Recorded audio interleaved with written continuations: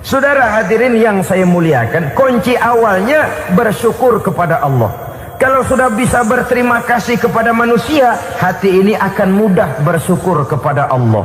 Rumah tangga yang pandai bersyukur, berapapun kecilnya nikmat, bukan kecilnya yang dia lihat, tapi karunia Allah yang dinilai. Sehingga dari rasa berterima kasih kepada manusia akan timbullah rasa syukur kehadirat Allah Subhanahu wa ta'ala. Itu yang sering diistilahkan orang, kalau dia punya mobil, dia berkata alhamdulillah kita punya mobil, tetangga kita cuman punya motor. Kalau dia punya motor, syukur kita punya motor, tetangga kita cuman punya sepeda, kemana-mana kekejek melulu. Kalau dia punya sepeda, alhamdulillah punya sepeda, tetangga kita sebelah nggak punya apa-apa, kemana jalan kaki saja. Kalau dia jalan kaki, alhamdulillah kita masih bisa jalan. Tetangga kita sebelah lumpuh bertahun-tahun nggak kemana-mana. Kalau dia lumpuh, alhamdulillah kita masih hidup. Tetangga kita kemarin mati nggak balik lagi.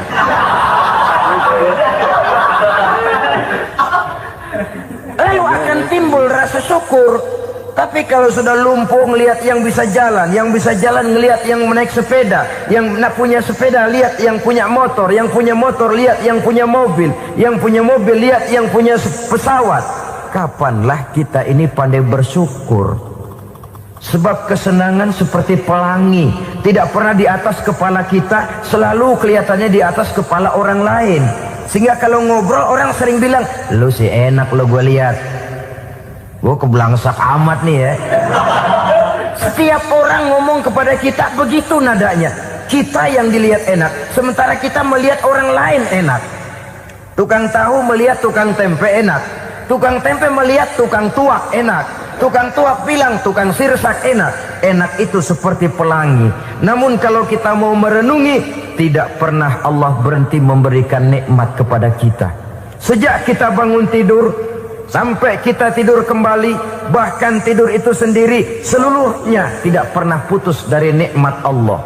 Bahagia ada di gubuk reot, bahagia ada di rumah mewah, bahagia ada di hati kopral, bahagia ada di hati jenderal, di gunung dan di kota, di hutan belantara dan di desa, di keheningan malam atau di keramaian siang. Kalau kita mau mencari, bahagia selalu ada. Tapi hati yang tidak pandai bersyukur, bagaimanapun banyak kebahagiaan yang meliputi hidupnya, dia tidak akan pernah pandai mensyukurinya. Maka berterima kasihlah kepada istri, berterima kasihlah kepada suami, bersyukurlah kehadirat Allah Subhanahu wa ta'ala. Saya sering mengatakan, sebaliknya seorang suami bagaimanapun kondisi istrinya, kalau itu memang jodohnya, beranilah berkata, istriku adalah Romeoku, istriku adalah Julietku, atau istriku adalah Sri Kandiku. Biarin pengkor ya pengkor, gak ada urusan. Mensyukuri. Kalau tidak mensyukuri, yang timbul lalu sesalan. Kalau sudah sesalan, mudah umpat mengumpat, caci mencaci dalam rumah tangga, lalu terjadilah kegaduhan. Ketenangan sulit kalau sudah tidak ada unsur saling menghargai itu. Lebih celaka lagi kalau sudah mengarah kepada penyesalan. Kata istrinya, bang gue nyesel kawin sama lu. Suami digituin mungkin gede kepalanya. Kalau lu nyesel apalagi gua, makin nyesel. Iya, coba pikir bertahun-tahun kita berumah tangga, memangnya abang bisa beliin apa sama saya? Itu juga gerobok kalau nggak ngeridit bang. Kalau nggak ngeridit, memangnya kamu bayar kreditan pakai daun pisang? Saudara hadirin yang saya hormati, ini saya tekankan kepada ibu-ibu karena penyakit perempuan umumnya.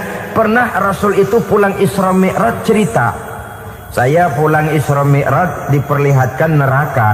Neraka ya Rasul? Lalu bagaimana? Saya lihat kok isinya kebanyakan perempuan. Perempuan. Laki juga tidak sedikit. Cuma kebanyakan kok perempuan. Apa perempuan tidak sholat ya Rasul? Sholat. Tidak puasa? Puasa. Tidak ngaji, rajinan dia sama suaminya. Tapi kenapa lebih banyak di sana? Rasul berkata, hunna yakfurnal ashir. Penyakit umum dari perempuan tidak pandai berterima kasih kepada suaminya. Ini rupanya penyakit umum dari tahun atu. Saudara hadirin yang saya muliakan, jadi rumah tangga yang didirikan atas dasar mencapai ridho Allah, maka kelihatan dari pasangan suami istri menjadi orang yang pandai bersyukur terhadap nikmat. Bukankah dalam surah Ibrahim ayat 7 Allah berjanji, la in syakartum la azidannakum wa la in kafartum inna azabi lasyadid. Kalau kamu pandai bersyukur, aku tambah nikmatku. Kalau kamu ingkar, tidak mau bersyukur, azabku itu hebat dan pedih. Rumah tangga yang suami istrinya tidak bersyukur disiksa oleh perasaannya sendiri. Tetangganya dapat nikmat, dia yang meriang. Tetangganya dapat kesenangan, dia yang sakit hati. Dia tidak melihat nikmat yang diberikan kepadanya. Nikmat yang orang lain punya aja yang diincar. Nikmat orang lain aja dihitung-hitung. Tangga kita, saya baru habis beli yang sebelah belilir habis beli kukusan. Cuma sekedar kukusan saja. Orang lain beli apa-apa jadi bahan diskusi di rumahnya. Orang lain saja yang diusut. Timbul dendam kesumatnya, timbul hasutnya. Dia tidak bersyukur dengan nikmat yang ada dalam rumah tangganya. Isi rumah tangga semacam itu disiksa oleh perasaan hasutnya sendiri. Jauh dari kebahagiaan, kering hatinya, miskin jiwanya, merana batinnya. Kalau sudah ke sana, jauhlah rumah tangga dari pantulan sinar kebahagiaan. Saudara-saudara, kita lihat rumah tangga Rasul. Dari rumah yang kecil, dari tempat tidur yang sarapnya kain kasar, separuh jadi selimut lagi, keluar ucapan baiti jannati. Kenapa? Beliau orang yang pandai bersyukur kepada Allah, bisa berterima kasih kepada istri-istrinya, dan istrinya pun pandai berterima kasih kepada Rasul dan bersyukur kehadirat Allah Subhanahu wa ta'ala. Maka nikmat lalu bertambah. Makin kita syukuri nikmat, makin tambah itu. La azidannakum, janji Allah, pasti aku tambah nikmatku kepadamu jikalau kamu pandai mensyukurinya. Tapi kalau kamu ingkar, tidak pandai bersyukur, awas, nikmat bisa berubah menjadi azab kalau kita tidak pandai-pandai mensyukurinya. Jadi cirinya yang pertama, rumah tangga bahagia itu apabila suami istri pandai bersyukur terhadap nikmat yang diberikan oleh Allah Subhanahu wa ta'ala. Satu. Cirinya yang kedua, rumah tangga yang berdasarkan untuk mardotillah, mencapai keredoan Allah, sabar apabila mendapat cobaan. Namanya orang berumah tangga itu persis berlayar di lautan.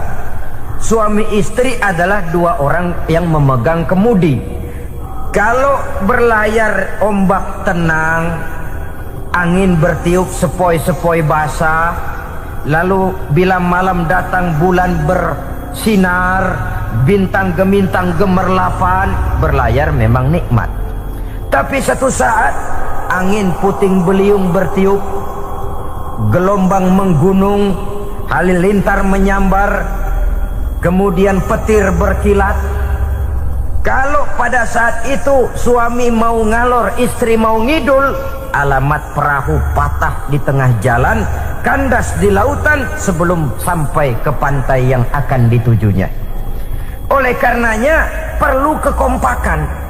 Maka sejak awal seharusnya dalam akan membina rumah tangga yang bahagia, itu lebih baik bicara yang pahit-pahit saja, supaya terjadi kesamaan langkah apabila menghadapi kesulitan dan cobaan. Sabar apabila mendapat cobaan. Rumah tangga seperti kapal di lautan tadi tidak akan sunyi dari hantaman gelombang, tidak akan sepi dari tiupan angin topan, dari kilatan petir, dari sambaran halilintar. Baik suami, baik istri harus sabar menghadapi kesulitan. Kadang kesulitan dari segi ekonomi, kadang kesulitan dari segi mengarahkan dan mendidik anak-anak, kadang kesulitan karena banyak orang yang hasut dengan kita, Kadang kesulitan berbagai macamlah yang menyebabkan kesulitan. Rumah tangga yang bertujuan mencapai ridho Allah sabar menghadapi segala macam kesulitan. Saudara-saudara kaum muslimin rahimakumullah, kesulitan adalah bagian daripada perjalanan hidup. Siapa orangnya yang tidak pernah menemukan kesulitan dalam kehidupan? Rasanya hampir tidak ada. Dan memang kesulitan bukan untuk ditakuti. Kesulitan justru untuk diatasi, dicarikan jalan keluarnya. Begitulah suami istri yang bertujuan mencari ridho Allah. Manakala suami berada dalam kesulitan, istri mencarikan jalan keluar atau berusaha memberikan jalan keluar. Sebaliknya, manakala istri dalam kesulitan, suami bisa mencarikan jalan keluarnya. Sabar dalam menghadapi segala macam kesulitan. Dalam surah Luqman ayat 17, Allah Subhanahu wa taala berfirman, "Wasbir 'ala ma asabak, inna dzalika min azmil umur." Dan bersabarlah terhadap apapun yang menimpa kamu. Bersabarlah terhadap segala kesulitan yang kamu hadapi, karena sesungguhnya yang demikian itu merupakan sebagian dari perkara-perkara yang telah ditetapkan oleh Allah Subhanahu wa taala. Saudara-saudara kaum muslimin yang berbahagia, kunci sabar sesungguhnya terletak pada keyakinan bahwa segala sesuatu berasal dari Allah dan segalanya akan kembali kepada Allah Subhanahu wa taala. Rumah tangga yang sabar di dalam menghadapi kesulitan-kesulitan biasanya akan lebih mudah mencari jalan keluar. Tapi kalau sedikit kesulitan datang, kita tertimpa oleh kepanikan, oleh kegelisahan, dan oleh ketakutan yang tidak beralasan, maka kesulitan itu bukan saja tidak dapat diatasi, malah rasanya akan menjadi semakin besar di dalam kehidupan kita. Tidak ada rumah tangga yang tidak pernah berhadapan dengan kesulitan, bagaimanapun besarnya rumah tangga itu. Itulah sebabnya kita memerlukan orang lain. Hidup berumah tangga itu seperti orang punya mata. Kalau mata kita kelilipan, kalau mata orang lain kelilipan, gampang kita tiup. Tapi kalau mata kita sendiri yang kena kelilipan, tentu kita memerlukan orang lain untuk meniupnya. Oleh karenanya, suami istri harus saling mencarikan jalan keluarnya. Walaupun kerjanya berbeda, suaminya pergi mencari nafkah, istrinya berdoa di rumah. Kalau perlu melakukan sholat duha, mendoakan agar usaha suaminya dimudahkan, dan begitu selanjutnya. Sehingga dengan adanya kebersamaan, walaupun tidak selalu bersama-sama, maka masing-masing melaksanakan tugas dengan tenang dan merasa yang satu berbuat untuk kepentingan yang lain. Inilah cirinya yang kedua, sabar bila mendapat dan berhadapan dengan segala macam kesulitan. Kadang orang mendapat kesulitan itu berkeluh kesah. Bukan berkeluh kesah, tapi mencari jalan keluar dan mengambil hikmah yang ada di dalamnya apa. Karena bukan kemudahan, kesulitan yang membuat orang dewasa. Bukan kemudahan, tapi kesulitan yang membuat orang berpikir, dinamis, kreatif. Kalau seluruh jalan yang kita tempuh mudah saja, gampang saja, rasanya monoton kita ini. Kehilangan dinamika dalam perjuangan. Kesulitan yang membuat orang matang, kesulitan yang menempa kepribadian untuk lebih dewasa menghadapi bahtera kehidupan, membuat pandangan makin arif, wawasan makin luas, dan analisa semakin tajam. Sama saja dalam hidup. Sesungguhnya pujian sering menjadi racun, dan caci maki kalau kita tanggapi secara positif sering membuat kita makin dewasa. Jarang orang berpikir kalau dipuji, tapi baru dia merenung dan mencari diri setelah dicaci maki dan dikritik habis-habisan. Walaupun watak umum manusia senang dipuji, marah kalau dicaci maki. Biasanya kalau ketemu cewek cakep, kita bilang, "Kamu cakep deh." Dia paling bilang, "Ah, abang bisa aja." Walaupun dia bilang, "Ah, abang bisa aja," hidungnya mah tetap mekar.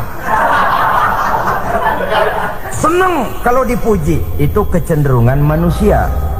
Marah kalau dicaci maki, marah kalau dikritik. Tapi sesungguhnya pujian sering jadi racun, caci maki sering jadi obat. Orang takut minum obat karena pahitnya, padahal efeknya itu akan lebih memberikan kesehatan kepadanya. Orang takut menghadapi kritik, orang takut dan tidak ingin dicaci maki, padahal itulah yang sesungguhnya menjadi cambuk kalau tidak dia salah tanggap, menjadi sugesti yang mendorong dia lebih maju lagi.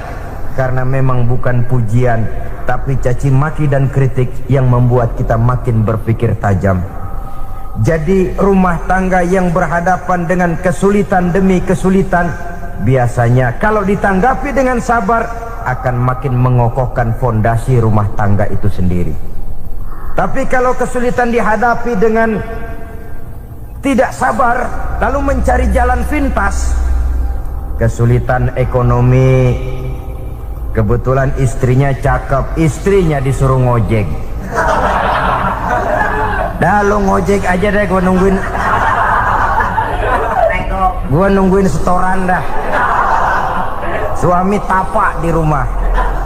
Saudara hadirin yang saya muliakan, buat sepintas memang mendatangkan materi itu mengatasi kesulitan ekonomi, tapi apakah bahagia?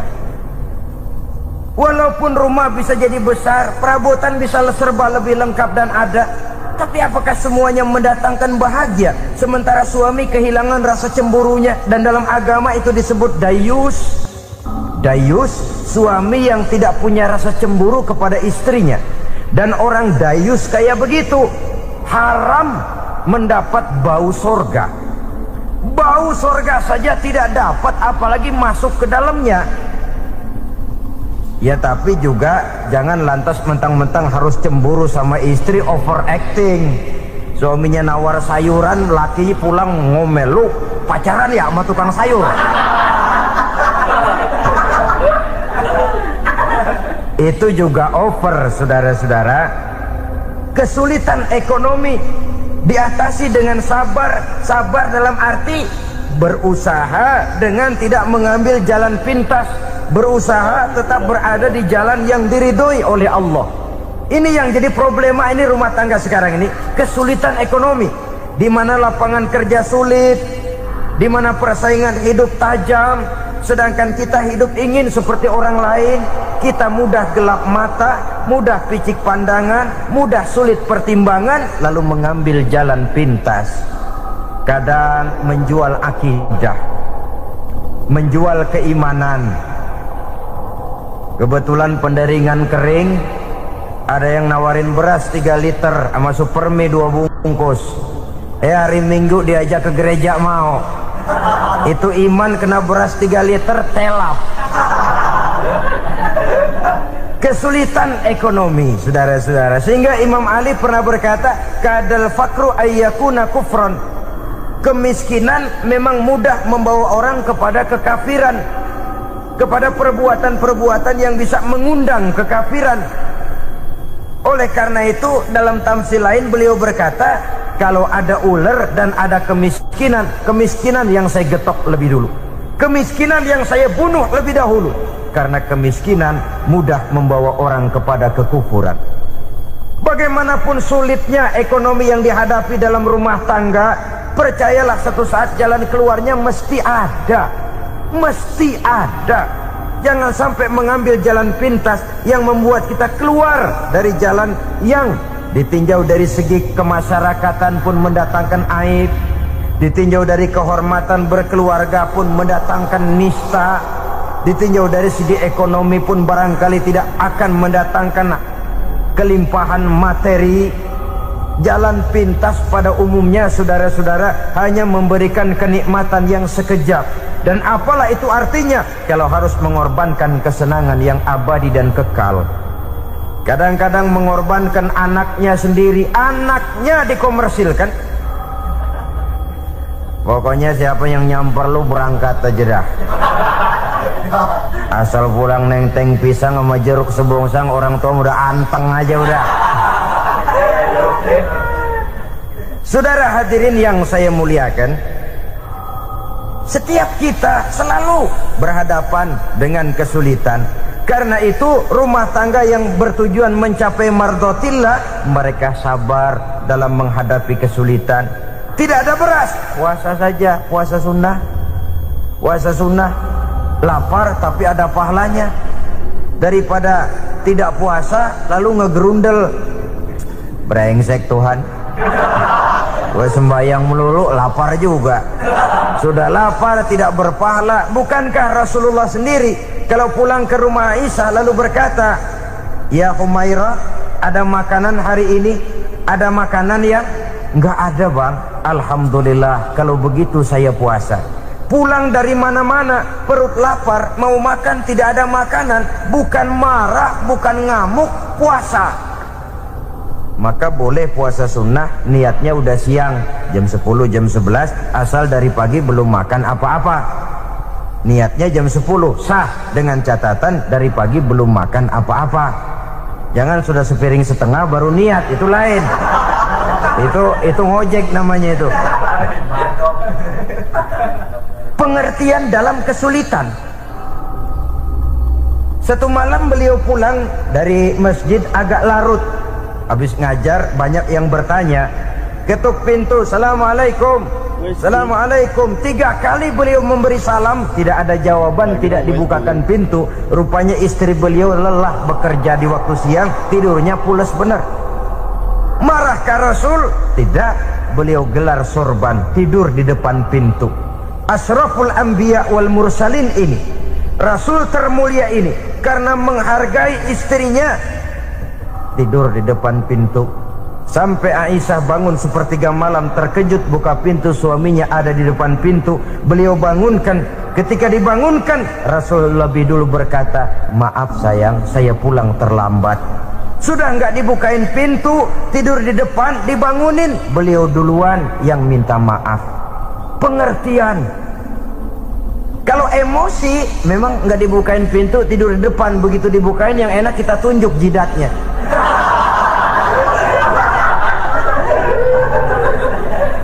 Saudara hadirin yang saya muliakan, kesulitan di dalam kehidupan merupakan bagian daripada kehidupan. Bukan untuk ditakuti, tapi untuk diatasi. Bukan untuk dihindarkan, tapi dicarikan jalan keluarnya. Hadapilah kesulitan dengan baik sangka kepada Allah, dengan lapang dada, dan dengan tetap bersabar menghadapinya. Kenapa? Karena tujuan kita mendirikan rumah tangga, mencapai ridho Allah. Kalau anak kita perjualbelikan, kalau istri kita komersilkan, kalau akidah kita jual untuk mempertahankan rumah tangga, bukankah makin jauh saja rumah tangga itu dari ridho Allah? Ini tujuan utamanya. Yang ketiga, rumah tangga yang bertujuan mardhatillah itu, suami istri yang merupakan fondasi di rumah tangga, suami sebagai pemimpin, istri sebagai pembina, selalu musyawarah dalam menyelesaikan persoalan. Walaupun istri ditakdirkan sebagai pemimpin dan suami sebagai pemimpin dan istri yang dipimpin, tapi agama menganjurkan musyawarah. Jangan mentang-mentang istri nyari duit, suami nyari duit, lalu menteleng. Segalanya mau diktator, segalanya mau sendiri. Rumah tangga yang bertujuan mencapai ridho Allah selalu didirikan atas dasar musyawarah. Sehingga apabila sesuatu itu dihasilkan dari suasana musyawarah, tidak akan melahirkan penyesalan di belakang hari. Kalau tidak, berjalan menurut seleranya masing-masing, belakangan timbul penyesalan, akhirnya main salah menyalahkan. Kalau sudah saling salah menyalahkan, itu artinya sudah saling mengungkit kekurangan masing-masing. Akibatnya tidak ada lagi saling menghargai. Jadi dengan demikian musyawarah di dalam menyelesaikan persoalan. Menghadapi kesulitan ekonomi, musyawarah. Menghadapi kenakalan anak, musyawarah. Akan membeli ini dan itu, sebaiknya juga musyawarah.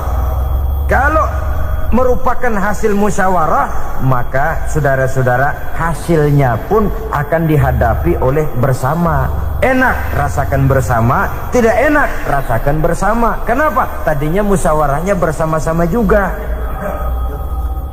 Lah kalau hasil sendirian, giliran enak mungkin yang satu mau ikut, giliran tidak enak yang satu nuding. Gua kata juga apa? Kan begitu akibatnya kalau tidak berdasarkan musyawarah lebih dahulu. Maka insya Allah hasil musyawarah ini setidaknya tidak akan mendatangkan sesalan di belakang hari nantinya. Saudara-saudara kaum muslimin rahimakumullah, ciri yang keempat, sepasang suami istri yang bertujuan mencapai ridho Allah dalam upaya mencapai rumah tangga bahagia itu tawakal apabila mempunyai rencana. Tawakal berserah diri kepada Allah. Bukan berserah diri dalam artian mutlak yang mengarah kepada fatalism atau predestination. Kita sering mengartikan tawakal secara salah. Belum apa-apa sudah menyerahkan diri kepada Allah. Emang semuanya terjadi menurut maunya Allah dah. Gak usah ngapa-ngapain, bagaimana Tuhan aja dah. Lapar juga gak usah makan. Kalau takdirnya kenyang, pan kenyang. Ya udah lapar terus kita. Makan dulu perkara nanti kenyang apa tidak, itu baru tawakal. Kalau sakit ke dokter soal sembuh atau tidak, baru tawakal. Artinya usaha itu ada. Setelah suami berusaha, istri berusaha, selebihnya tawakal. Apa perlunya tawakal? Apabila berhasil tidak lupa daratan, apabila berhasil tidak lupa diri, apabila gagal tidak putus asa. Sehingga dengan demikian dari tawakal ini lahirlah pondasi yang kokoh membina rumah tangga yang bahagia dalam upaya mencapai keridhaan daripada Allah Subhanahu wa taala. Apapun yang kita laksanakan di rumah tangga, tujuan intinya tetap untuk mencapai keridhaan Allah. Beli kendaraan untuk mencapai ridho Allah, lalu dipakai ngaji, dipakai ke masjid dan sebagainya. Beli peralatan rumah tangga untuk mencapai ridho Allah. Mendidik anak untuk mencapai ridho Allah, membantu keluarga untuk mencapai ridho Allah, dan begitu selanjutnya. Tawakal apabila mempunyai rencana. Kemudian cirinya yang kelima, suami istri yang bertujuan mencapai ridho Allah selalu mempererat silaturahmi. Sebab seperti sudah saya sampaikan pada pertemuan terdahulu, dalam berumah tangga itu ada orang tua, ada mertua. Itu cuma perbedaan istilah, tapi hakikatnya adalah sama. Jangan karena perbedaan istilah lalu menyebabkan kita berbeda sikap. Kalau sudah berbeda sikap, tentu akan melahirkan perasaan yang tidak simpatik. Sebaiknya suami istri kalau sudah berumah tangga, jadikanlah orang tua tempat cerita yang enak saja. Yang tidak enak telan berdua, yang pahit rasakan berdua, kesusahan dan kesulitan atasi berdua. Giliran enak ngomong sama orang tua, giliran senang cerita sama mertua. Sekarang kan kita balik, kalau lagi senang duitnya banyak, anteng di rumah, kalem aja. Tapi lalu waktu susah, waktu susah, cerita kepada orang tuanya, cerita kepada mertuanya. Lalu kapan kita mau menyenangkan orang tua? Sudahlah mereka susah mendidik kita di waktu kecil, membesarkan kita, melakukan segala macam pengorbanan. Demi setelah kita berumah tangga, kesulitan rumah tangga kita tumpahkan juga kepada mereka. Pererat silaturahmi dan usahakan agar seluruh keluarga hanya menjadi tempat kita cerita yang enak-enak saja. Istilah sehari-harinya, kalau di rumah kita makan sama sayur bayam, keluar rumah diem, malah seluitan. Tetangga tanya, lu makan kayaknya enak banget apa sih? Daging ayam.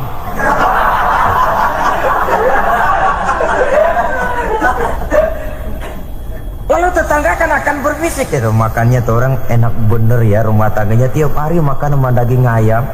Biarlah paling kurang itu jadi doa, daripada kita makan sama kangkung lalu ribut ngomel di mana-mana.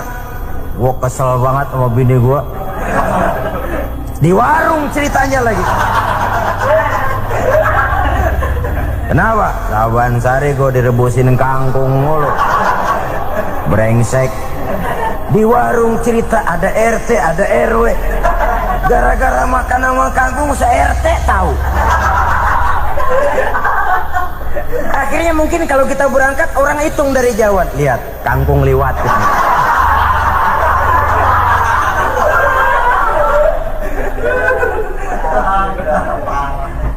Bisa menjaga yang disebut security informasi, rahasia rumah tangga. Bahkan pernah saya berikan contoh karena ingin menghargai. Suami beliin kain batik buat istrinya. Istri tahu begitu sepintas, nih kain jelek nih. Tapi karena mau menyenangkan suaminya, dia bohong. Bagaimana bu, kain yang bapak beliin? Aduh bagus bener pak, bagus sekali itu kain. Warnanya pak emang yang model begitu tuh. Tetangga kita mana ada yang pakai kain begitu pak? Ya emang nggak ada, jelek. Menghargai. Sebab kalau waktu itu si istri jujur, yang timbul sakit hati suami. Bagaimana bu kain yang saya beliin? Goblok lo. Kain begitu dibeliin di pasar juga banyak 1.400, campur odol lagi.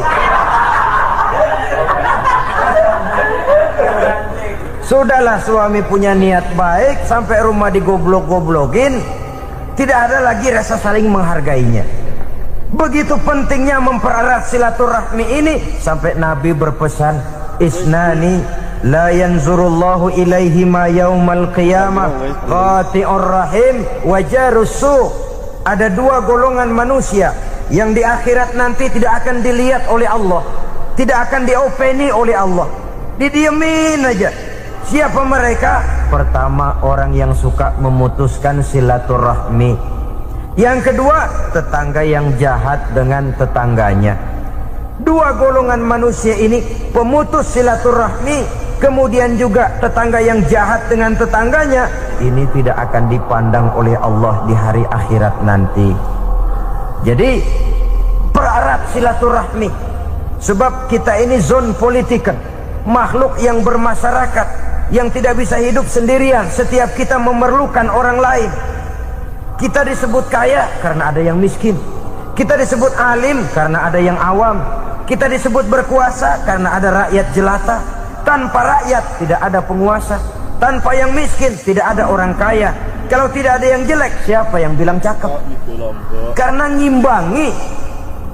Saudara hadirin, atas dasar ini mestinya kita selalu bersyukur dalam segala posisi.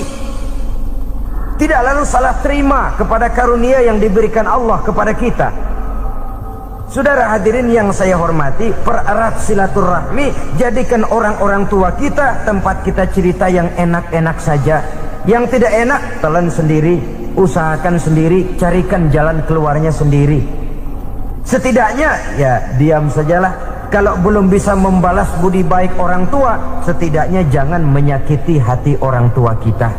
Sudah lelah dan payah dia mengasuh kita, membesarkan kita, merawat kita. Demi setelah kita berumah tangga, seluruh kesulitan kita bawa lagi kepadanya. Karena itu buat para istri juga ini perhatian. Kalau dimarahi suami, jangan cepat-cepat pulang ke rumah orang tuanya. Nggak boleh diomelin dikit, main buntal aja.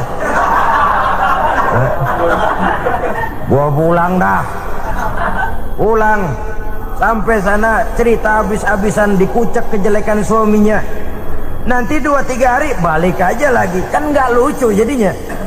Saudara hadirin, begitu juga suami. Mencaci maki habis istrinya, 2-3 hari bayar aja lagi. Konyol, istrinya sudah dicaci maki habis-habisan, dijeleki leluhur-leluhurnya, 2-3 hari baik lagi, mesraan lagi. Kata bininya dalam hati, gua lu jelekin juga, lu pakai juga, kayak.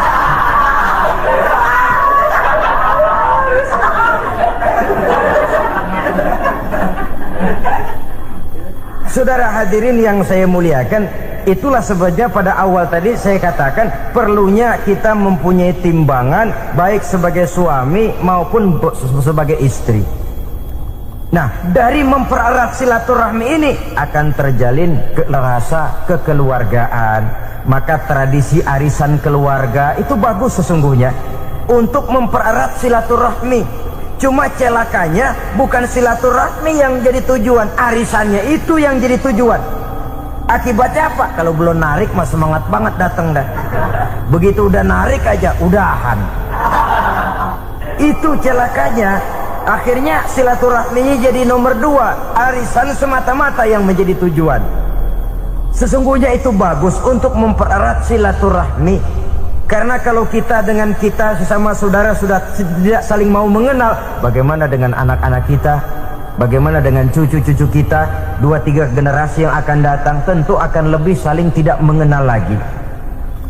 Baiklah ya, yang keenam, suami istri yang bertujuan untuk mencapai keridhaan Allah itu selalu berusaha tolong menolong di dalam kebajikan.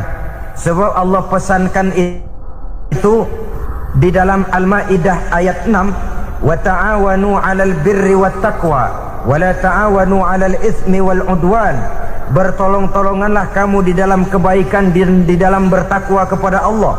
Jangan bertolong-tolongan di dalam maksiat, di dalam dosa dan di dalam usaha yang menimbulkan permusuhan.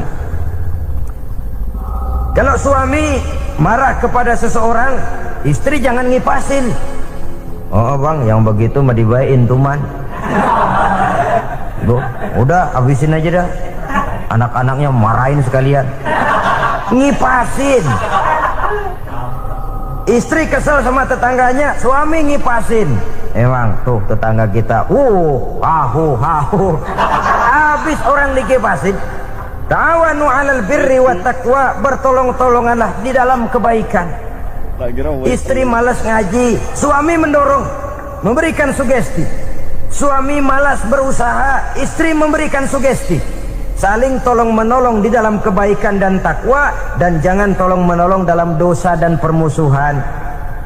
Kata suami, Bu, daripada kita melarat terus hidup, kita piara tuyul yuk. Kata istrinya, nah ini sudah menyimpang bang. Bersabarlah, bagaimanapun insya Allah kita tidak akan mati kelaparan. Piara tuyul itu nanti jadi pindah akidah, merusak iman, berteman dengan setan. Apalah artinya kekayaan dan kesenangan sebentar kalau harus mengorbankan kekayaan dan kesenangan yang abadi. Ini sudah alal ismi wal udwan, sesuatu yang mengandung dosa. Saudara hadirin yang saya hormati, kemudian yang keenam, berbaik sangka. Baik suami maupun istri sama-sama saling berbaik sangka. Suami melepas istri, istri melepas suami dengan hati yang ikhlas. Suami meninggalkan istri di rumah dengan jiwa yang bersih dan rasa yang aman. Ada rasa baik sangka, dan ini modal dasar. Kalau sudah dilandasi oleh buruk sangka, tentu yang lahir nanti adalah perasaan-perasaan yang tidak baik. Akibatnya sangat tidak menguntungkan. Inilah beberapa ciri dari rumah tangga yang didirikan atas dasar mardhatillah, mencapai keridhaan dari Allah. Nanti akan menyusul tujuan berikutnya, diantaranya mendapat keturunan, diantaranya lagi mendatangkan gairah untuk lebih berusaha mencari rezeki karena sudah merasa punya tanggung jawab berupa anak dan istri. Mempererat silaturahmi itu cuma tujuan-tujuan sekundernya saja. Tujuan primernya kita melakukan suatu nikah untuk mencapai keridhaan dari Allah Subhanahu wa taala.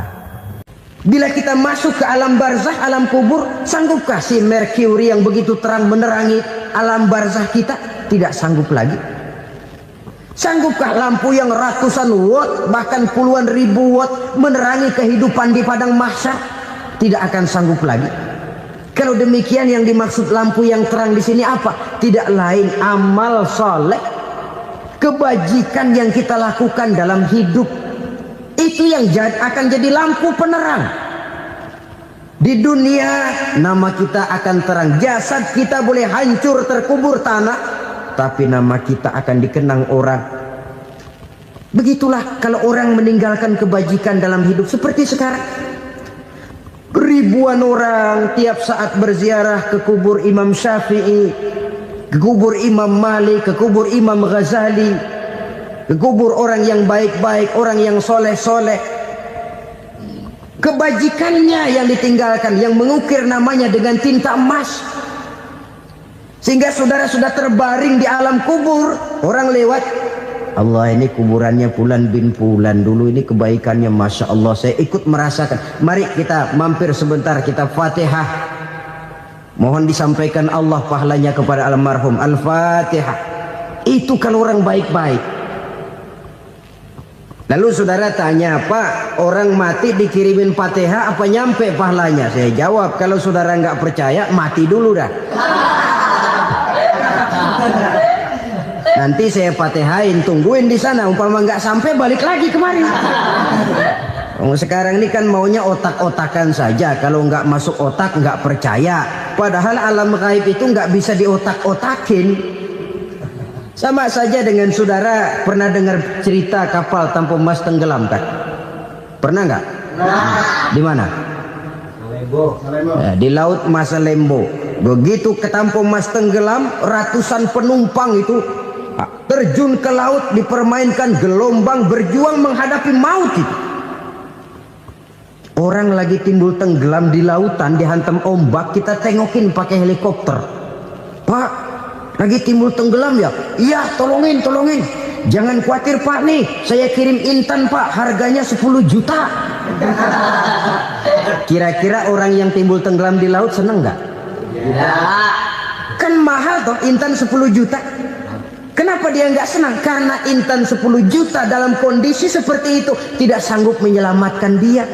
Dia akan girang kalau dikirimin ban mobil bekas, dikirimin papan terentang atau bambu. Intan yang 10 juta dia nggak girang. Ban mobil bekas yang 1000 perak, tuh pegang, itu yang dia girang betul. Inilah sebabnya Nabi berkata, mal mayyitu fi qabrihi illa kal ghariqil mutaghawwis. Orang yang meninggal di alam kuburnya seperti orang timbul tenggelam di lautan. Yantaziru da'watan min ahli, menunggu doa dari keluarganya yang masih hidup. Duh, bapak saya sudah meninggal, saya sayang benar sama dia. Kirimin kulkas ke kuburannya Itu sama saja dengan tadi orang tenggelam di lautan dikirimi intan yang harganya 10 juta, ndak sampai. Begitulah kalau kebajikan yang kita tinggalkan dalam hidup, sudah mati pun kubur kita masih diziarahi orang. Tapi kalau jahat yang kita tinggalkan, boro-boro lah orang mau doa lewat dekat kuburan kita juga serem.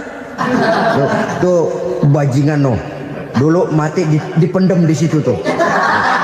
Jangan lewat situ, ntar kesurupan, jangan. Lewat saja orang ngeri. Konon lagi membacakan Fatihah dan mengirimkan doa. Hidup pada hakikatnya adalah kesempatan untuk berbuat baik. Maka sekali kesempatan itu diberikan, manfaatkan dengan sebaiknya. Sebab kesempatan kedua tidak akan pernah ada. Kesempatan berbuat baik di sini, di akhirat sudah pembalasan namanya. Sekali kesempatan itu dicabut, dia tidak akan pernah dikembalikan lagi. Kata Iqbal, hidup tidak mundur ke belakang, Bung. Berhenti diinjak orang, mundur hancur. Tidak ada kata mundur dalam hidup ini. Berhenti diinjak orang, mundur kecebur. Tidak ada kata lain. Harus maju dalam kehidupan, dalam artian yang positif. Hidup adalah kesempatan untuk mengumpulkan kebajikan yang sebanyak-banyaknya. Di situ nilai daripada manusia. Sekarang ini memang nggak kelihatan kok, orang yang banyak pahala sama yang banyak dosa nggak kelihatan kok. Barangkali kalau habis bikin dosa palanya pada benjol, mungkin orang takut sama dosa. Tapi sekarang sama saja, orang yang banyak dosa dengan yang nggak banyak dosa jalan bareng dari belakang, sama, nggak kelihatan beda. Tapi ada waktunya di mana pahala memegang peranan, di mana dosa diperlihatkan. Sama saja kalau kita bawa mobil siang, lampu kan nggak begitu berfungsi. Apa lalu bilang, alah ini lampu berat-beratin, copot-copotin aja dah. Tidak perlu begitu. Kenapa? Pada satu saat malam senja akan datang. Bila matahari terbenam, senja pun datang, gelap mulai merayap, disitulah baru terasa perlunya lampu. Pahala begitu. Sekarang orang yang nggak ada pahalanya nggak kelihatan dalam kehidupan. Tapi pada satu saat senja kehidupan akan datang. Ajal merenggut nyawa, malam merayap, dan hidup mulai diliputi kegelapan di alam barzah.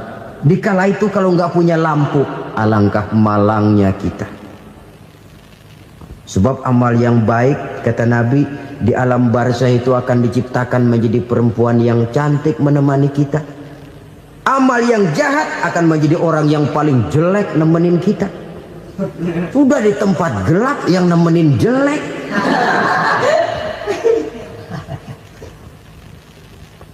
Kaum muslimin rahimakumullah.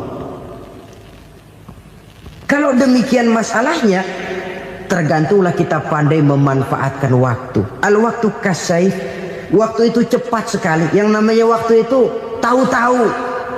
Tahu-tahu udah tahun 87. Tahu-tahu udah begitu. Tahu-tahu yang kemarin anak-anak, sekarang udah pada punya anak. Tahu-tahu saja itu. Begitu cepat waktu berlalu. Kalau tidaklah pandai kita memanfaatkannya, akan rugi kita. Nabi bersabda, "Man kana yaumuhu khairun min amsihi fahuwa rabih." Barang siapa yang hari ini lebih baik daripada hari kemarin, itu orang untung. Hari ini lebih baik daripada kemarin.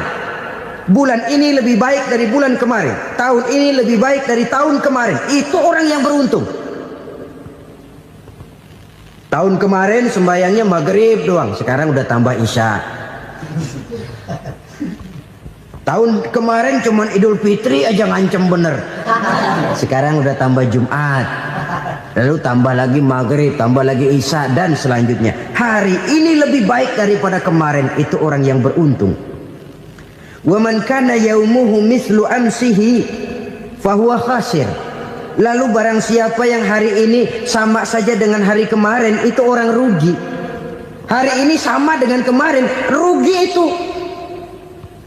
Bulan ini begitu, bulan kemarin begitu, tahun ini begitu, tahun lalu juga begitu. Rugi itu orang. Rugi apa? Rugi umur. Umur tambah, amalan gak pernah tambah. Dan saya pikir lebih merupakan azab ketimbang nikmat kalau orang dikasih panjang umur cuma untuk numpuk dosa. Mending mana? Panjang umur banyak dosa sama pendek umur dikit dosa? Mending mana? Mending mana? Ya, paling mending tentu panjang umur banyak pahala. Tapi kalau tidak, sekali lagi, lebih merupakan azab ketimbang nikmat kalau orang diberikan panjang umur tapi cuma untuk sekedar menumpuk dosa.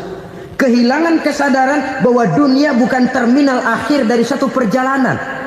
Dia cuma halte di mana kita berhenti sebentar untuk menuju kepada terminal yang hakiki. Saudara-saudara kaum muslimin rahimakumullah. Inilah lampu yang akan menerangi kehidupan. Amal yang kita lakukan di dalam kehidupan. Jadi yang dimaksud dengan lampu yang terang, kebajikan yang kita kerjakan dalam hidup. Nah, setiap orang di awal tadi saya bilang ingin bahagia. Bahagia itu kan hakikatnya kumpulan senang dan selamat. Senang, selamat. Apa bedanya? Senang tapi tidak selamat, nggak bahagia. Selamat tapi nggak senang, nggak bahagia orang. Contoh, kalau orang korupsi, duitnya banyak, senang dia, tapi keselamatannya. Ada tentara baris di samping rumahnya udah bingung, padahal tentara latihan. Tentara cuma latihan, dia bingung. Senang, tapi karena keselamatannya tidak terjamin, dia tidak bahagia. Sebaliknya pegawai negeri jujur benar, cuma segaji-gajinya. Selamat, nggak korupsi, tapi melarat, ya nggak bahagia juga, kurang senang. Kesenangan dan keselamatan untuk dunia saja, ya sekali lagi, kalau cuma sekedar untuk dunia saja, bisa dibeli pakai uang. Bisa dibeli pakai uang. Saudara ingin selamat, bisa dibeli pakai uang. Saudara ingin senang, bisa dibeli dengan uang. Tapi setelah mati, masuk ke alam barzah, habis kekuasaan uang. Nggak bisa lagi beli keselamatan pakai uang. Tidak mungkin lagi membeli kesenangan dengan uang. Di situ pahala yang megang peranan. Makin banyak pahala, makin banyak saham untuk membeli kesenangan dan keselamatan, untuk memperoleh yang namanya bahagia.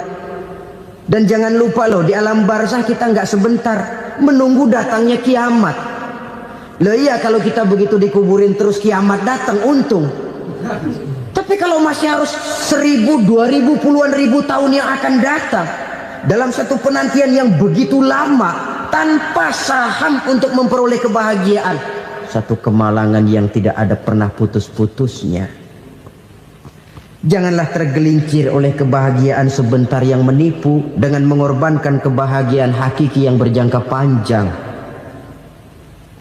Apa artinya senyum sejenak kalau harus ditebus dengan tangis seumur hidup? Biarlah kita minum jamu, pahit memang, getir memang, tapi kan besok badan sehat. Daripada sekarang minum sirup, manis memang, enak memang, tapi bibir pada jontor besok. Sirawan, batuk, nggak karu-karuan.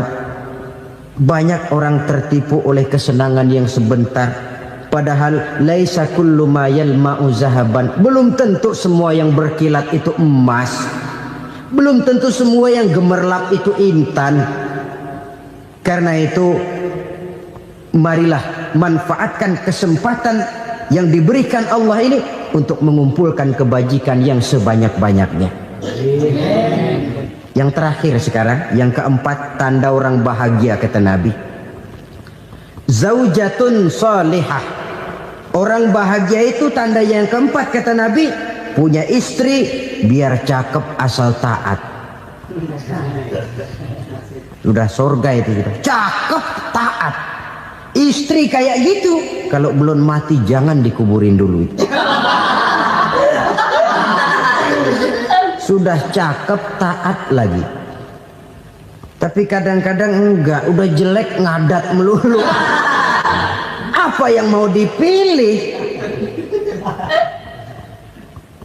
Sebab itu Quran mengatakan istri pakaian untuk suami, suami pakaian untuk istri. Kenapa suami istri diibaratkan pakaian? Alangkah tingginya gaya bahasa Quran ini. Suami istri teman hidup, hidup perjalanan panjang. Sejak kita dalam rahim sudah ada hidup kan di sini. Sampai ke alam dunia, masuk ke alam barzah, kumpul di padang mahsyar, sampai menuju akhirat, itu perjalanan hidup. Carilah istri atau suami teman hidup yang membawa manfaat tidak hanya kehidupan di dunia ini, sampai di alam barzah, sampai di padang mahsyar. Suaminya mungkin meninggal lebih dulu, atau istrinya mungkin meninggal lebih dulu, tapi suami atau istri yang masih hidup berbuat kebajikan. Suami saya meninggal, ada hartanya, saya sedekahkan, niat pahala untuk almarhum suami saya. Ini teman hidup. Tidak dibatasi dan tidak bisa dipisahkan oleh maut sekalipun. Zohirnya mungkin pisah, badannya mungkin pisah, tapi hatinya, jiwanya, kebersamaannya dalam menghadapi kehidupan. Karena itu, saudara-saudara, bahasa Quran indah. Suami istri diibaratkan seperti pakaian.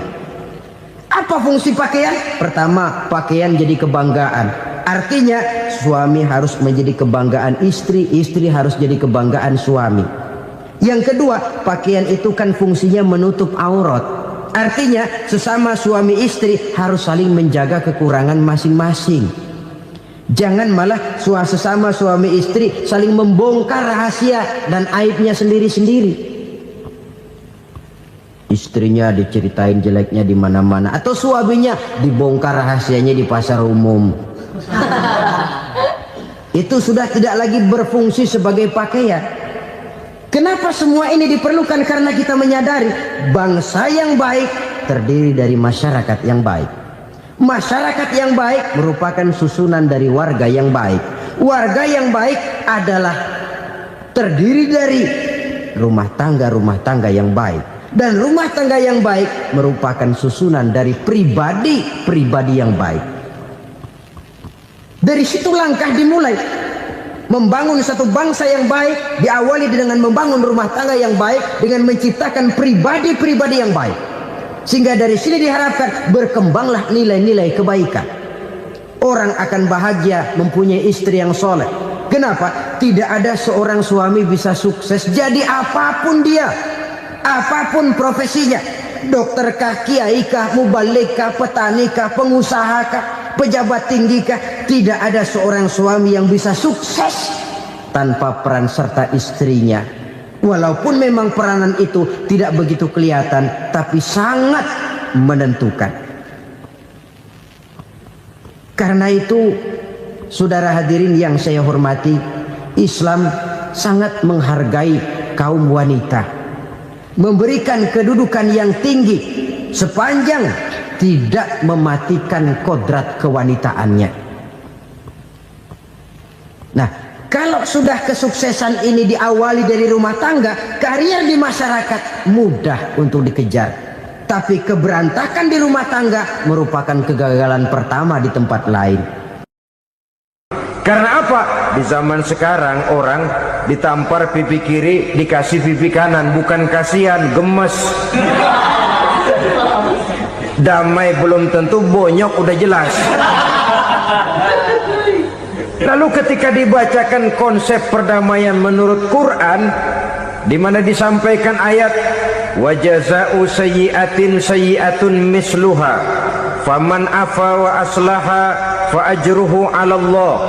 Balasan terhadap satu kejahatan adalah kejahatan yang seimbang, tetapi barang siapa yang memberi maaf dan mencari jalan damai, itulah yang terbaik dan akan mendapat pahala dari Allah Subhanahu wa ta'ala.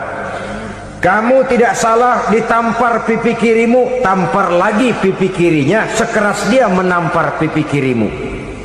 Nanti orang tidak mau menampar kita karena dia tahu kalau dia tampar kita, dia akan menderita tamparan sekeras dia menampar kita.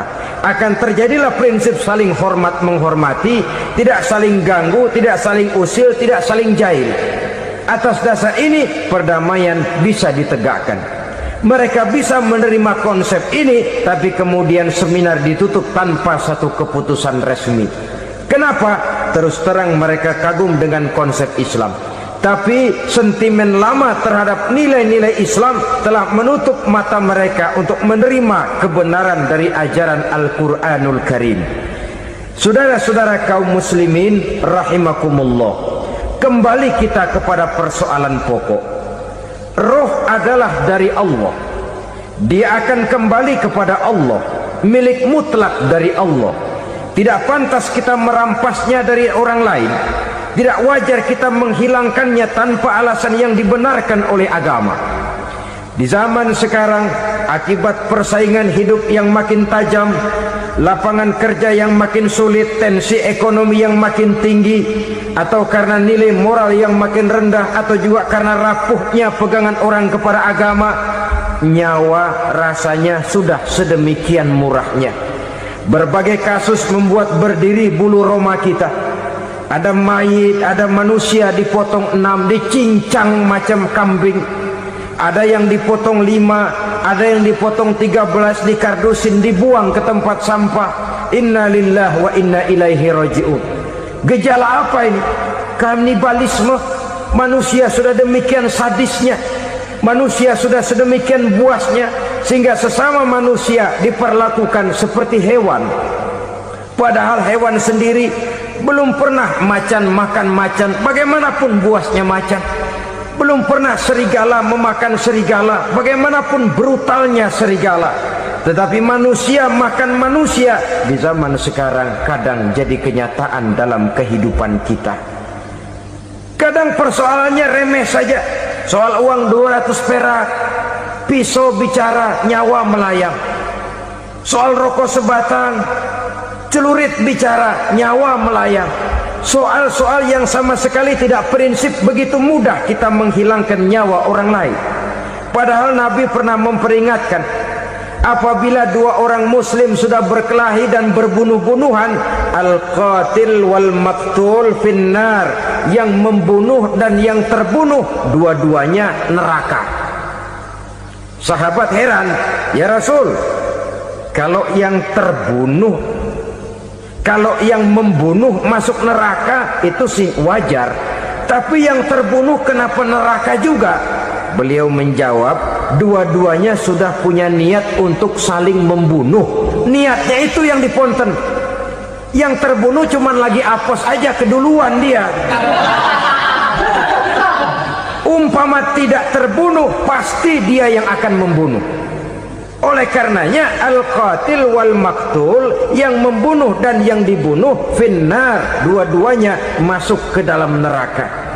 Islam menghormati kehidupan, tidak hanya terbatas kepada sesama muslim, orang-orang yang berlainan agama pun yang mau hidup berukun, damai, berdampingan dengan umat Islam, jiwa mereka, darah mereka dilindungi oleh nilai-nilai Islam yang disebut dengan kafir zimmi ini. Mengganggu mereka sama saja dengan mengganggu aku, kata Nabi. Jadi oleh karena itu, sayangilah sesama. Kehidupan adalah anugerah Allah, bukan wewenang kita untuk mencabutnya dari orang lain, bukan wewenang kita untuk merampas dan menghilangkannya dari orang lain. Apa yang tidak enak terjadi pada diri kita, begitu pula lah apabila terjadi pada diri orang lain. Sehingga Nabi mengatakan, la yu'minu ahadukum hatta yuhibba li akhihi ma yuhibbu li nafsihi. Belum dikatakan beriman seseorang kamu apabila dia belum mencintai saudaranya seperti ia mencintai dirinya sendiri. Apa yang enak dirasakan oleh orang lain, enak juga dirasakan oleh dia. Mengukur orang lain dengan diri sendiri. Kalau orang lain tanpa salah saya fitnah, kalau saya tanpa salah difitnah orang, enak apa enggak? Enggak, orang lain juga begitu.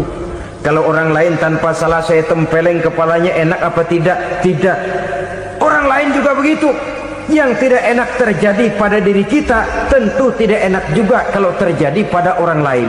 Mengukur orang lain dengan diri sendiri, sehingga tidak timbul sifat egois, tidak menari di atas bangkai orang lain, tidak mendirikan kebahagiaan di atas untayan air mata orang lain. Sehingga dengan demikian, saudara-saudara, dia bisa menghormati kehidupan, menghormati orang lain sebagaimana dia ingin dihormati. Untuk menghancurkan nilai-nilai iman, dibanjiri kita dengan paham-paham yang merusak dan mendangkalkan akidah. Baik ia bernama materialisme, baik ia bernama sekularisme, baik ia bernama banjirnya maksiat dan munkarat, baik ia bernama banjirnya peradaban dan kebudayaan yang menghancurkan moral daripada anak-anak kita, sedikit demi sedikit melenturkan dan melunturkan nilai-nilai keimanan kita, untuk kemudian pada waktunya nilai iman itu akan bertukar dan berganti menjadi nilai syirik kepada Allah Subhanahu wa ta'ala. Atau pada sisi lain, menjadikan yang selain Allah sebagai tujuan akhir daripada kehidupan kita.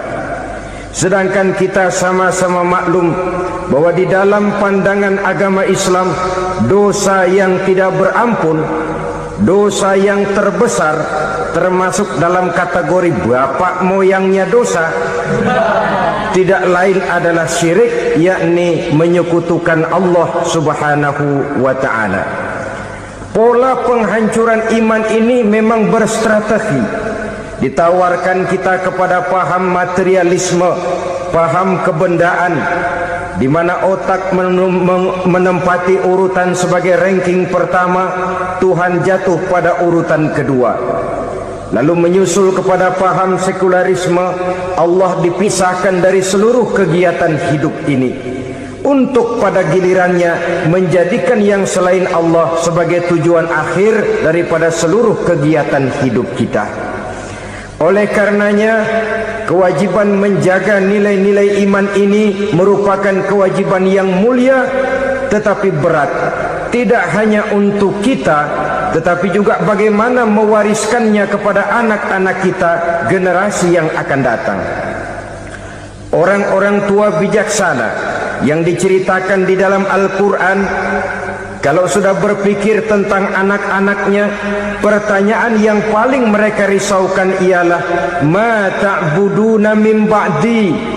Anakku, kalau pada satu saat aku ayahmu sudah tidak ada lagi di dunia ini, meninggalkan kamu semua, ma ta'buduna min ba'di, apa yang akan kamu sembah nak? Jikalau sekarang ayahmu masih mau ke masjid, masih mau melakukan rukuk dan sujud, masih beribadah menyembah Allah Subhanahu wa taala, kalau orang tuamu sudah tidak ada, ma ta'buduna min ba'di, masihkah engkau mau datang ke masjid? Masihkah engkau mau rukuk dan sujud? Masihkah engkau mau menyembah Allah Subhanahu wa taala? Pertanyaan ini yang dipikirkan oleh Nabi Yakub kepada putra-putranya. Pertanyaan ini yang diteruskan oleh Nabi Ibrahim kepada anak-anaknya. Pertanyaan ini yang diwariskan oleh generasi ulama salafus saleh kepada para generasi berikutnya. Bagaimana kita generasi sekarang? Kita orang-orang tua sekarang bukan berfikir ma ta'buduna min ba'di, malah yang kita fikirkan ma ta'kuluna min ba'di. Kalau bapak tidak ada nanti kamu makan apa nak? Perkara kamu nyembah apa? Urusan nomor 18. Yang penting kamu nanti hidup bisa makan nak. Maka kita sibuk mewariskan harta kepada anak-anak kita. Kita sibuk mewariskan kebun dan tanah kepada anak-anak kita. Kita sibuk mewariskan pabrik kepada anak-anak kita, sementara kita lupa mewariskan intan yang paling mahal, mewariskan mutiara yang paling berharga, yaitu nilai iman kepada Allah Subhanahu wa taala. Alangkah baiknya apabila warisan harta, warisan tanah dan kebun, warisan rumah dan pabrik didasari lebih dahulu dengan mewariskan nilai iman kepada Allah Subhanahu wa taala. Sebagai orang-orang tua, kita boleh bersedih kalau anak kita tidak mengerti komputer. Kita boleh bersedih kalau anak kita tidak mengerti matematika. Kita boleh bersedih kalau anak kita tidak mengerti bahasa Inggris. Tapi sewajarnya lebih bersedihlah kita orang tua jikalau mempunyai anak yang tidak kenal Allah sebagai Tuhannya, yang kemudian tidak mau rukuk dan sujud kepada Allah Tuhannya. Itulah kemalangan yang paling malang bila kita meninggalkan generasi yang tidak bertauhid kepada Allah Subhanahu wa taala. Betapapun anak kita tidak ngerti komputer, saudara, paling-paling kerugiannya cuma kerugian dunia.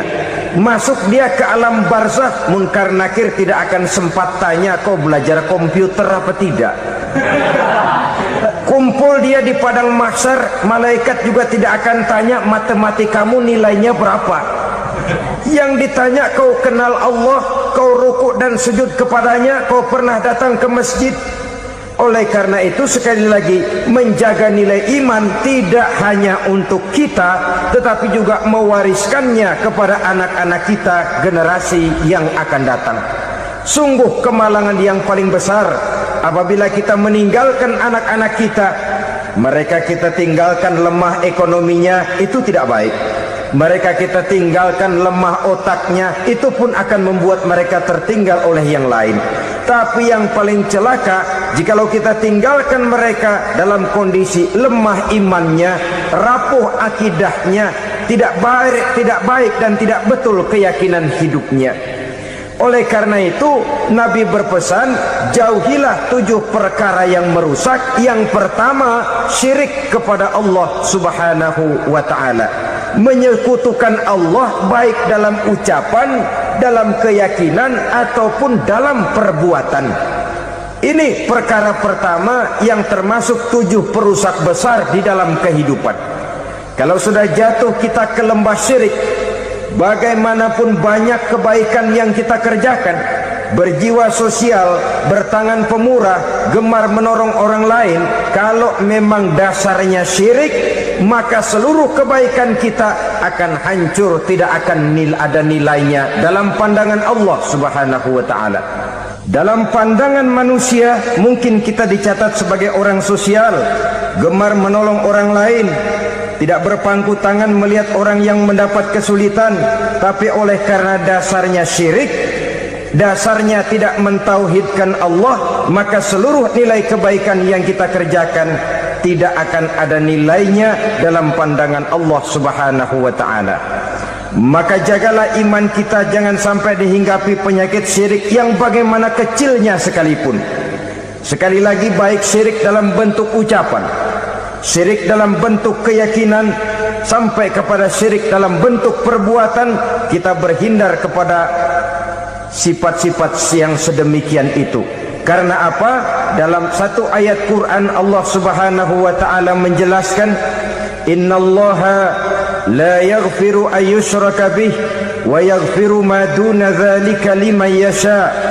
Allah tidak akan memberi ampun kepada orang-orang yang menyekutukannya, tapi Allah masih mau memberikan ampun kepada dosa-dosa yang selain itu bagi orang-orang yang dikehendakinya. Dosa selain syirik, apabila kita bertaubat, Allah masih mau mengampuni. Tapi kalau sudah jatuh ke tempat syirik, itu sudah dosa yang tidak berampun. Taubatnya tidak lain melepas syirik, kembali kepada tauhid, berkeyakinan bahwa hanya ada Allah Subhanahu wa taala, Tuhan satu-satunya yang lam yalid wa lam yulad wa lam yakul lahu kufuwan ahad. Tidak beranak, tidak pula diperanakkan, dan tidak satupun yang dapat menyerupai Tuhan Allah Subhanahu wa taala. Saudara-saudara kaum muslimin rahimakumullah, bahwa kita di zaman sekarang memang tidak menyembah berhala, ya. Bahwa kita tidak berterang-terangan mengatakan Tuhan lebih dari satu, memang. Bahwa kita tidak berkeyakinan Tuhan itu punya anak atau diperanakkan, tentu. Tapi dalam perbuatan dan i'tiqad, kita kadang-kadang jatuh tanpa kita sadari ke tempat yang bernama syirik ini.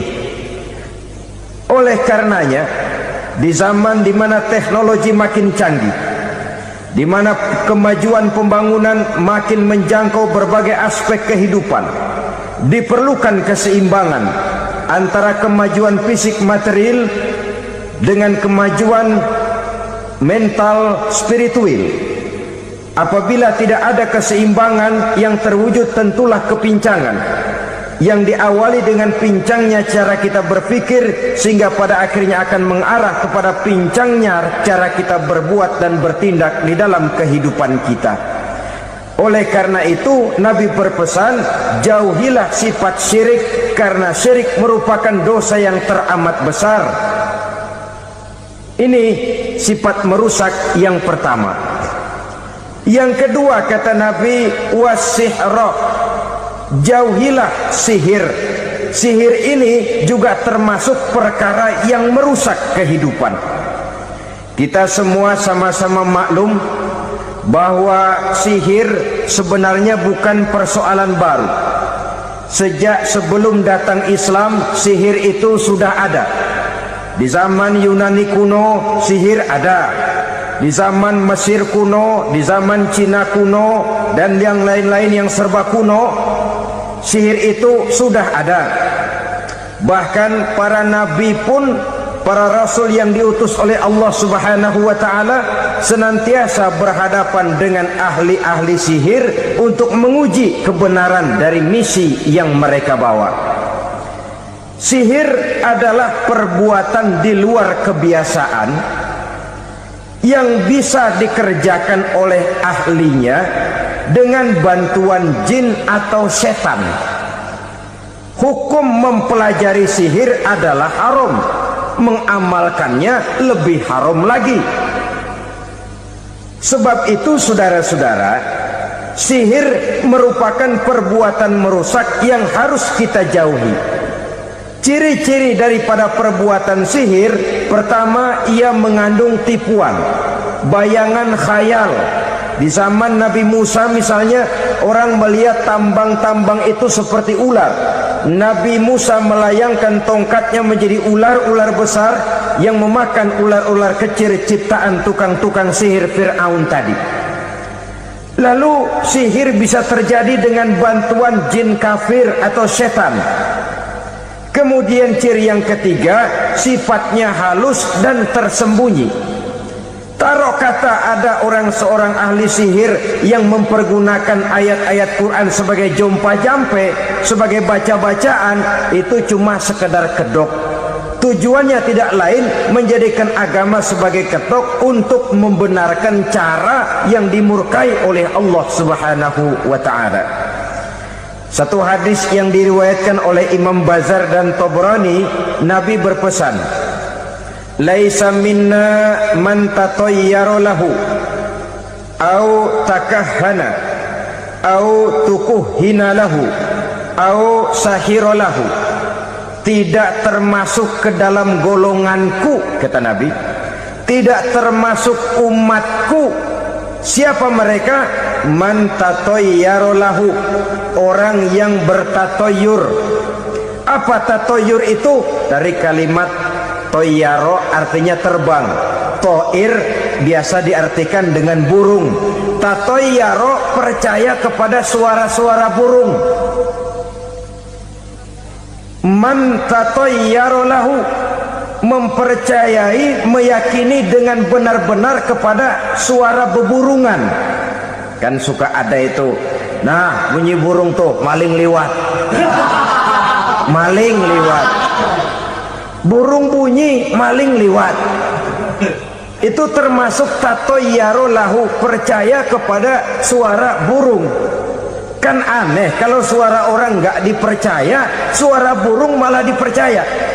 Ada ustadz ceramah, kiai ngaji, nggak mau didengerin, burung dengerin bener. Nah, suaranya dari sebelah mana? Belah kulon. Nah, itu tandanya ano.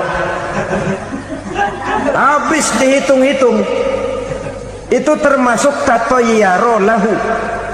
Au takahana, atau bertenung, au tukuhina, atau minta ditenungkan, au sahirolahu, atau melakukan perbuatan sihir, atau minta disihirkan. Laisa minna, tidak termasuk ke dalam golonganku, kata Nabi. Sehingga dengan demikian, saudara-saudara, menghadapi sihir dengan sihir sekalipun termasuk perbuatan yang tidak diajarkan oleh agama.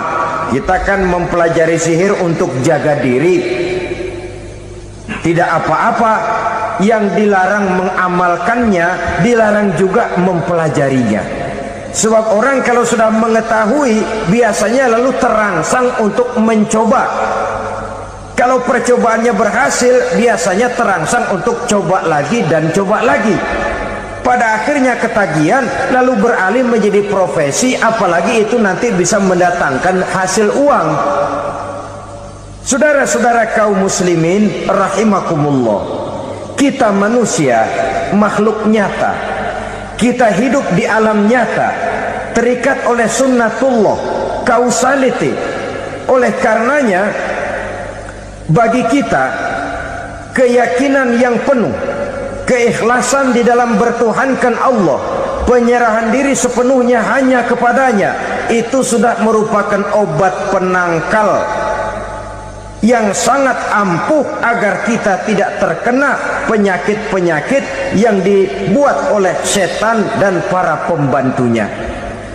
Sehingga beberapa ayat Quran mengajarkan, misalnya a'udzu bikalimatillahi tammati min syarri ma khalaq, atau bismillazi la yadurru ma'asmihi syai'un fil ardi wala fis sama, dengan menyebut nama Allah yang tidak bisa mendatangkan bahaya sedikit pun, dari baik yang datang dari langit maupun yang datang dari bumi. Jiwa yang kosong dari keyakinan yang penuh kepada Allah, jiwa yang penuh was-was dan ragu-ragu, itu yang mudah terserang oleh penyakit-penyakit yang dikerjakan oleh para tukang-tukang sihir, yaitu oleh setan dan seluruh para pembantunya. Kemudian hadis kedua yang diriwayatkan oleh Imam Ibnu Hibban, Nabi bersabda, la yadkhulul jannata mudminu khamrin wala mu'minu bisihrin wala qati'u rahmin. Tidak masuk surga. Ini Nabi yang bilang, tidak masuk surga. Siapa itu? Pertama, mudminu khamrin, orang yang berkekalan dalam mabuk. Selalu mudminun itu sudah menjadi perbuatan rutinnya, tidak kapok-kapoknya, teler seumur hidup. Mudminu khamrin, tidak masuk surga orang yang selalu bermabuk-mabukan. Yang kedua, wala mu'minu bisihrin, orang mukmin tapi main sihir. Ini juga oleh Nabi diperingatkan, tidak akan masuk surga orang mukmin tapi suka main sihir. Wala qati'ur rahmin, dan tidak juga orang yang memutuskan silaturahmi. 3 macam manusia yang diperingatkan Nabi tidak akan masuk surga: orang yang selalu mabuk, orang mukmin yang main sihir, dan orang yang memutuskan silaturahmi. Saudara-saudara kaum muslimin rahimakumullah. Lalu orang berkata, kenapa dilarang kita bersihir padahal Rasul sendiri kan punya mukjizat? Nah, kita memang harus membedakan antara mukjizat dengan sihir. Dalam kehidupan agama kita kenal ada yang namanya mukjizat, ada yang namanya karomah atau keramat biasa diucapkan, ada yang namanya maunah, ada yang namanya irhas, ada juga yang namanya sihir. Kesemuanya ini berbeda, saudara-saudara. Yang dinamakan mukjizat itu khusus untuk para rasul saja. Satu kejadian luar biasa yang terjadi dilakukan oleh Rasul atas izin dari Allah Subhanahu wa ta'ala. Perbedaannya dengan sihir jelas. Sihir dari setan, mukjizat dari Allah. Sihir bisa dipelajari, mukjizat tidak. Sihir umumnya untuk maksud-maksud yang tidak baik, sedangkan mukjizat untuk memperkuat kebenaran yang disampaikan oleh para rasul dan ditentang oleh umatnya. Bahkan kafir Quraisy dahulu menganggap orang-orang ahli sihir itu berada dalam satu posisi yang hina, sehingga mereka mengatakan dan menuduh Nabi Muhammad sebagai tukang sihir. Tuduhan sebagai tukang sihir adalah tuduhan yang sangat aib dan hina. Di tengah masyarakat kufar jahiliyah, kedudukan tukang sihir dipandang sebagai kedudukan yang hina, sehingga mereka mengejek Nabi dengan sebutan tukang sihir. Jadi mukjizat hanya untuk Rasul saja. Kemudian karomah. Karomah ini asal kata dari karoma, kehormatan, kemuliaan yang diberikan Allah kepada hamba-hambanya yang rajin mendekatkan diri kepadanya. Oleh karena ketekunannya melaksanakan ibadah, Allah memberikan keistimewaan kepada orang itu, yang dengan keistimewaannya dia bisa mengerjakan yang tidak bisa dikerjakan oleh orang lain. Karomah hanya bisa dicapai dengan prestasi ibadah. Kalau sihir, mau ibadah apa enggak, asal dia belajar, bersatu dan berteman dengan setan, memenuhi persyaratan-persyaratan setan, biasanya lalu bisa. Sedangkan karomah tidak mungkin terwujud tanpa orang mendekatkan diri sedekat-dekatnya kepada Allah Subhanahu wa ta'ala. Maka kita lihat biasanya orang-orang yang punya ilmu sihir, mukanya rata-rata nggak enak dilihat. Kumuh, jauh dari air wudhu, jauh dari sujud kepada Allah, malah berteman dengan setan, menjadi pelayan-pelayannya setan. Saudara-saudara, adapun maunah, keistimewaan yang diberikan Allah kepada hamba-hambanya yang belum sampai kepada tingkat wali, tapi orang itu lebih banyak kebaikannya daripada kesalahannya. Umpamanya, saudara jalan bertiga di pinggir jalan, saudara ada pada posisi di tengah, lalu bertiga ini ketabrak mobil.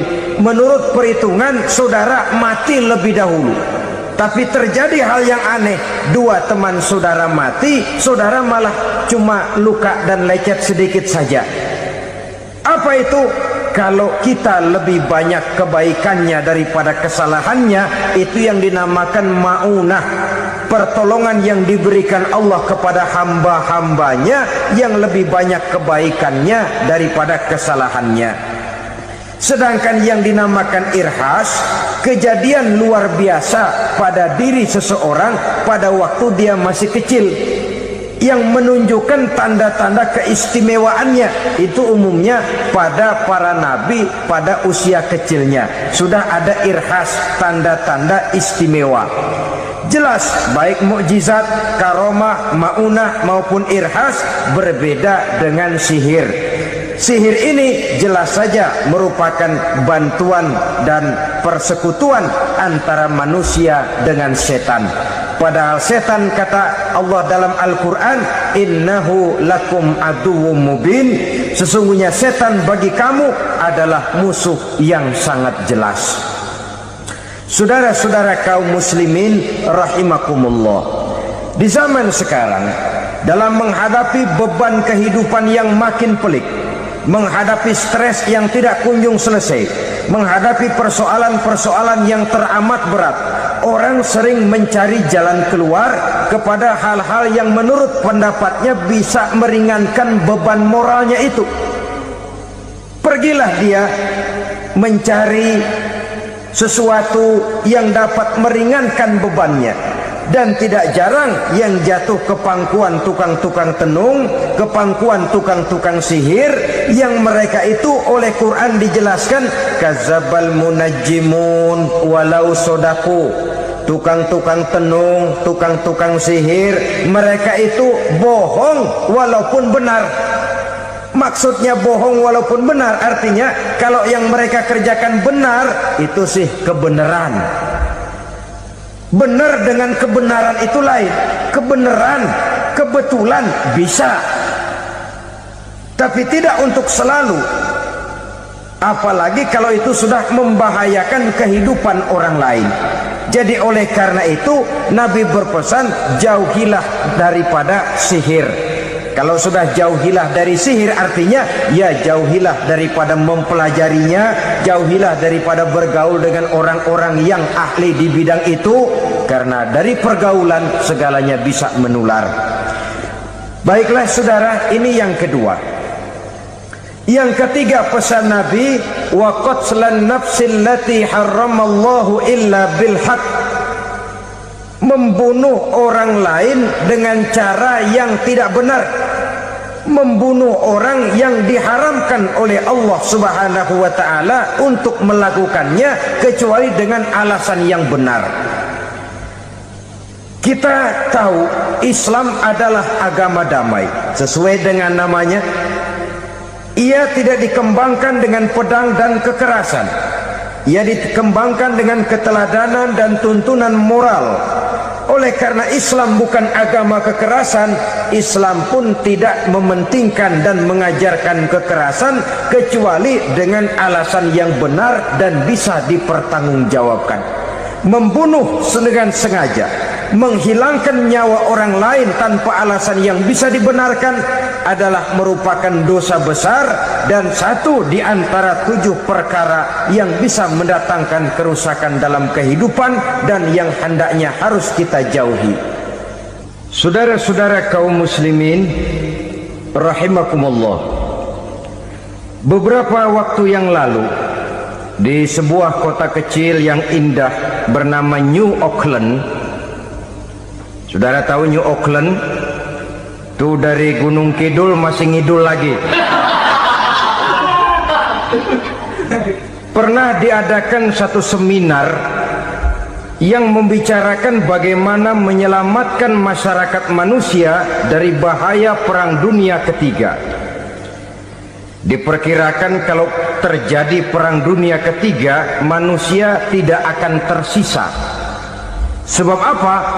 Pada waktu itu cadangan nuklir yang dimiliki oleh bersama Amerika dan Rusia konon sudah sanggup memusnahkan 6 miliar manusia pada saat jumlah manusia baru 5 miliar.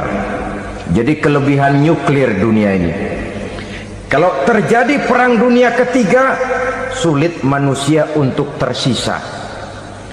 Maka dibahaslah di dalam seminar itu, wah, supaya tidak terjadi perang dunia ketiga, maka perlombaan membuat senjata-senjata canggih, alat-alat pembunuh modern harus segera dibatasi. Dibahas, tidak mungkin kita membatasi perlombaan membuat senjata. Kenapa? Makin maju ilmu dan teknologi, makin canggih senjata yang ditemukan.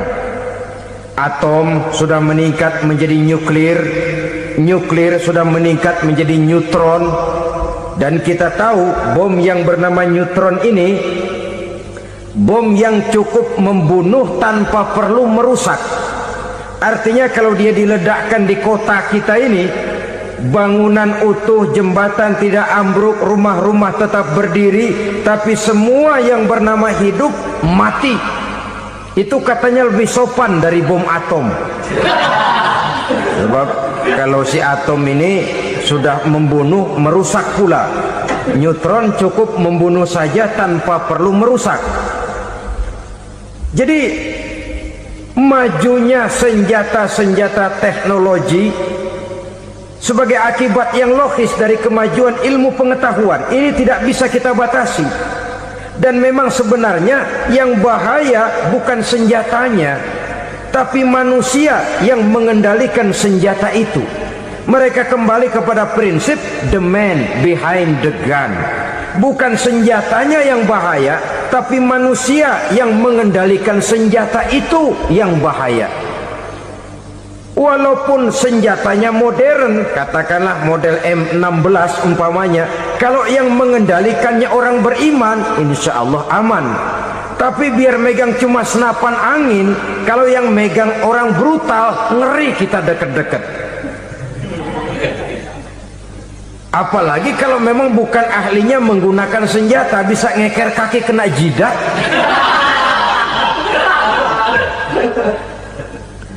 Mereka kembali kepada prinsip lama yang tetap baru. Bukan senjatanya yang harus dibatasi, manusia yang mengendalikan senjata itu yang perlu dibicarakan. Nah, kalau begitu, agar manusia tidak mempergunakan senjata sewenang-wenang, apa yang harus kita lakukan? Ya, manusianya harus bermoral. Ya, tapi moral yang mana? Di dunia ini banyak ajaran tentang moral. Itu pun mudah saja. Di sini kan kita undang saja ahli dari berbagai agama untuk membicarakan konsep perdamaian menurut agamanya masing-masing. Baik, setuju itu? Setuju. Maka tampillah para ahli agama, mereka kembali kepada prinsip moral daripada konsep yang terkandung di dalam ajaran agama untuk menegakkan perdamaian. Mula-mula naiklah ahli dari agama Hindu, dibacakan konsep perdamaian menurut ajaran agama Hindu, bahwa untuk damai manusia harus meninggalkan nafsu keduniaannya, menempuh samsara dan sebagainya untuk mencapai nirwana, menjauhi kemegahan dan kemewahan dunia. Ini lalu dibahas, rasanya juga tidak mungkin ini. Kemudian dari agama Nasrani, bahwa untuk damai manusia harus menciptakan sifat kasih sayang. Kalau ditampar pipi kiri, berikan pipi yang kanan. Kalau diberikan selendang, berikan baju. Nanti orang kasihan, lalu dia tidak akan nampar lagi. Ketika ini dibahas, ternyata rasanya pun tidak mungkin bisa diterima. Karena apa? Di zaman sekarang orang ditampar pipi kiri, dikasih pipi kanan. Bukan kasihan, gemes. Damai belum tentu, bonyok udah jelas. Lalu ketika dibacakan konsep perdamaian menurut Quran, di mana disampaikan ayat wa jazaa'u sayyi'atin sayyi'atun misluha faman afa wa aslaha fa ajruhu 'ala Allah. Balasan terhadap satu kejahatan adalah kejahatan yang seimbang. Tetapi barang siapa yang memberi maaf dan mencari jalan damai, itulah yang terbaik dan akan mendapat pahala dari Allah Subhanahu wa taala. Kamu tidak salah ditampar pipi kirimu, tampar lagi pipi kirinya sekeras dia menampar pipi kirimu. Nanti orang tidak mau menampar kita karena dia tahu kalau dia tampar kita, dia akan menderita tamparan sekeras dia menampar kita. Akan terjadilah prinsip saling hormat menghormati, tidak saling ganggu, tidak saling usil, tidak saling jahil. Atas dasar ini perdamaian bisa ditegakkan. Mereka bisa menerima konsep ini, tapi kemudian seminar ditutup tanpa satu keputusan resmi. Kenapa? Terus terang mereka kagum dengan konsep Islam, tapi sentimen lama terhadap nilai-nilai Islam telah menutup mata mereka untuk menerima kebenaran dari ajaran Al-Quranul Karim. Saudara-saudara kaum muslimin rahimakumullah, kembali kita kepada persoalan pokok. Roh adalah dari Allah, dia akan kembali kepada Allah, milik mutlak dari Allah. Tidak pantas kita merampasnya dari orang lain. Tidak wajar kita menghilangkannya tanpa alasan yang dibenarkan oleh agama. Di zaman sekarang, akibat persaingan hidup yang makin tajam, lapangan kerja yang makin sulit, tensi ekonomi yang makin tinggi, atau karena nilai moral yang makin rendah, atau juga karena rapuhnya pegangan orang kepada agama, nyawa rasanya sudah sedemikian murahnya. Berbagai kasus membuat berdiri bulu roma kita. Ada mayit, ada manusia dipotong 6, dicincang macam kambing. Ada yang dipotong 5, ada yang dipotong 13, dikardusin, dibuang ke tempat sampah. Inna lillahi wa inna ilaihi raji'un. Gejala apa ini? Kanibalisme. Manusia sudah demikian sadisnya, manusia sudah sedemikian buasnya, sehingga sesama manusia diperlakukan seperti hewan. Padahal hewan sendiri belum pernah macan makan macan, bagaimanapun buasnya macan. Belum pernah serigala memakan serigala, bagaimanapun brutalnya serigala. Tetapi manusia makan manusia di zaman sekarang kadang jadi kenyataan dalam kehidupan kita. Kadang persoalannya remeh saja, soal uang 200 perak, pisau bicara, nyawa melayang. Soal rokok sebatang, celurit bicara, nyawa melayang. Soal-soal yang sama sekali tidak prinsip, begitu mudah kita menghilangkan nyawa orang lain. Padahal Nabi pernah memperingatkan, apabila dua orang muslim sudah berkelahi dan berbunuh-bunuhan, al-qatil wal maktul finnar, yang membunuh dan yang terbunuh dua-duanya neraka. Sahabat heran, ya Rasul, kalau yang terbunuh, kalau yang membunuh masuk neraka itu sih wajar, tapi yang terbunuh kenapa neraka juga? Beliau menjawab, dua-duanya sudah punya niat untuk saling membunuh. Niatnya itu yang diponten. Yang terbunuh cuman lagi apos aja, keduluan dia. Umpama tidak terbunuh, pasti dia yang akan membunuh. Oleh karenanya al-qatil wal maktul, yang membunuh dan yang dibunuh finnar, dua-duanya masuk ke dalam neraka. Islam menghormati kehidupan, tidak hanya terbatas kepada sesama muslim, orang-orang yang berlainan agama pun yang mau hidup berukun, damai, berdampingan dengan umat Islam, jiwa mereka, darah mereka dilindungi oleh nilai-nilai Islam yang disebut dengan kafir zimmi ini. Mengganggu mereka sama saja dengan mengganggu aku, kata Nabi. Jadi oleh karena itu, sayangilah sesama. Kehidupan adalah anugerah Allah, bukan wewenang kita untuk mencabutnya dari orang lain, bukan wewenang kita untuk merampas dan menghilangkannya dari orang lain. Apa yang tidak enak terjadi pada diri kita, begitu pula lah apabila terjadi pada diri orang lain. Sehingga Nabi mengatakan, la yu'minu ahadukum hatta yuhibba li akhihi ma yuhibbu li nafsihi. Belum dikatakan beriman seseorang kamu apabila dia belum mencintai saudaranya seperti ia mencintai dirinya sendiri. Apa yang enak dirasakan oleh orang lain, enak juga dirasakan oleh dia. Mengukur orang lain dengan diri sendiri.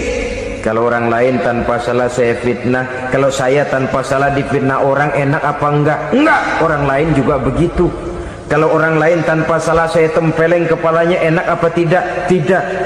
Orang lain juga begitu.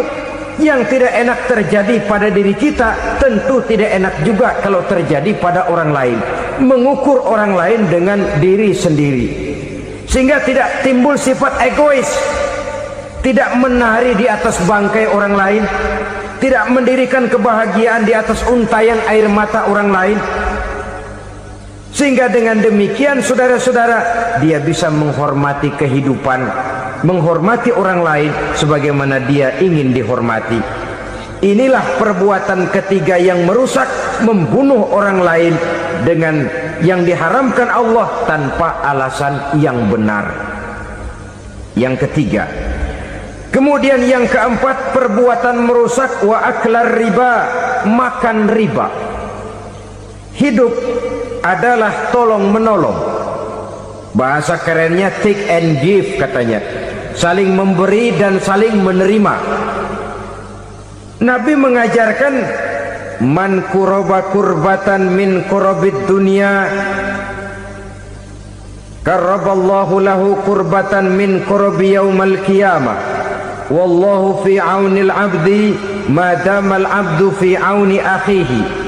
Siapa yang meringankan beban dari beban-beban yang dirita seseorang di dalam kehidupan dunia, Allah akan meringankan bebannya daripada beban-beban yang harus dipikulnya di hari kiamat nanti.